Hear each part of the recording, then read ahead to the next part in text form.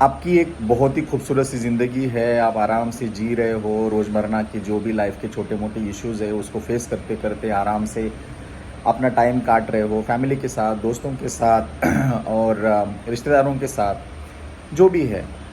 फिर उस टाइम पे आपको ये पता चलता है कि आपको सपोर्ट करने वाले कई लोग हैं, जो ये कह रहे हैं कि जब भी आपको कोई प्रॉब्लम होगा, हम आपकी हेल्प के लिए दौड़े चले आएँगे। फिर एक दिन ऐसा आता है कि अचानक से आपके ऊपर हमला हो जाता है और कुछ लोग आपको मारने लगते हैं, पीटने लगते हैं और उस टाइम पे आपके जो वो लोग हैं जिन्होंने आपको प्रॉमिस किया था कि भाई आपके ऊपर कोई भी आँच आई तो हम लोग इमीडिएटली आपकी हेल्प करेंगे। और जब आप उनको फ़ोन करते हैं तो कुछ लोग कहते हैं कि अभी फ़िलहाल कहाँ पे हो आप? अरे हम तो बहुत दूर है, हमको आने को तो बहुत टाइम मिलेगा, आप उसको फ़ोन करो। फिर आप दूसरे को फ़ोन करते हो, वो कहते हैं कि ओके मैं निकला हूँ। तीसरे हैं वो कहते हैं कि आप थोड़ा मैनेज कर लेना, वहाँ पे पुलिस को फ़ोन कर लेना या आजू-बाजू के लोगों की हेल्प ले लेना, हम लोग पहुँच रहे हैं। उसके बाद आपको जम के वहाँ पे मारा जाता है, आपका खून निकल रहा होता है, आपके हाथ-पैर टूटे हुए होते हैं, कपड़े फट चुके होते हैं, सब बर्बाद हुआ होता है। फिर ये सब होने के बाद तब तक आपके लिए कोई नहीं आता है, मदद के लिए आपके पास कोई नहीं आता है।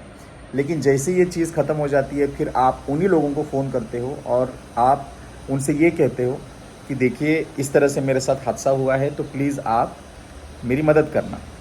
तो क्या मेरा घर ख़त्म हो चुका है, मेरा घर टूट चुका है, मेरे पास कुछ भी नहीं है रहने के लिए रास्ते के अलावा। रास्ते पे भी मैं सेफ़ नहीं हूँ क्योंकि पता नहीं कब आके वो लोग मुझे मार के चले जाएँ।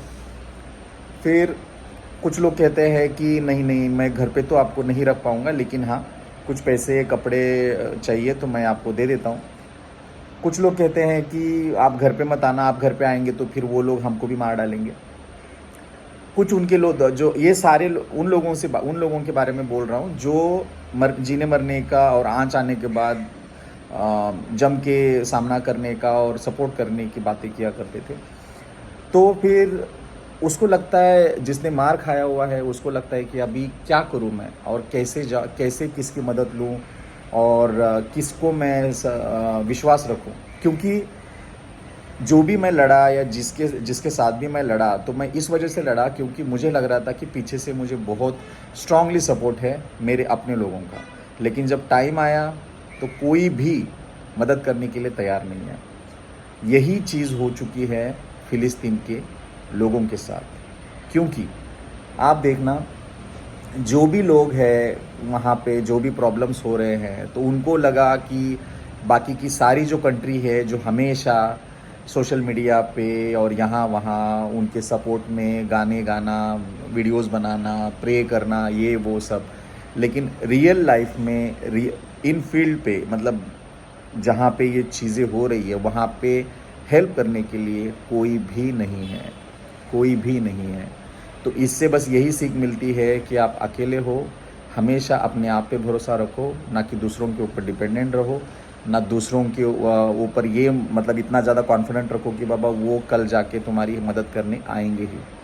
तो अगर आपका खुद का बना बनाया घर उजड़ गया हो, परिवार बिखर गया हो, सब कुछ ख़त्म हो गया हो, उसके बाद अगर आपके पास बचता है तो सिर्फ़ और सिर्फ आपका सेल्फ़ रिस्पेक्ट, तो फिर मुझे नहीं लगता है कि आपको किसी बाकी लोगों की कोई ज़रूरत है।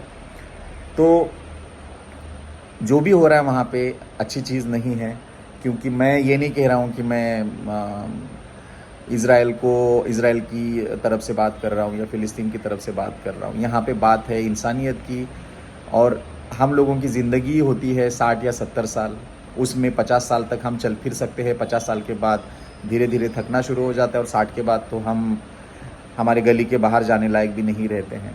तो किस चीज़ को लेके इतना गुरूर करते हैं हम लोग, ये मेरा है, वो मेरा है, कहने से कोई मतलब नहीं है। हमारे यहाँ पे मराठी में एक कहावत है, एक कविता है कि रामकृष्ण ही आले गेले त्याविन जग का ओसची पडले। मतलब उनका वो कविता का मतलब है कि भगवान भी इस धरती पे जन्म अवतार लेके वो अपना कार्यकाल ख़त्म करके फिर से वापस स्वर्गलोक चले गए, लेकिन उनके बाद क्या धरती बंजर हो गई? क्या धरती ख़त्म हो गई? नहीं। तो फिर उस हिसाब से हम लोग क्या है, कुछ भी नहीं है, कुछ भी नहीं है। तो मुझे लगता है कि शांति से रहो, पीस में रहो, सुकून से रहो, और बाकी लोगों के बहकावे में आके कुछ ऐसी गलतियां ना करो जिससे आपका पूरा परिवार बिखर जाए, आपका पूरा देश बिखर जाए, आपका सब कुछ बिखर जाए और आपके पास मौत के अलावा कोई दूसरा रास्ता ना हो। तो बस जस्ट शांति, पीस।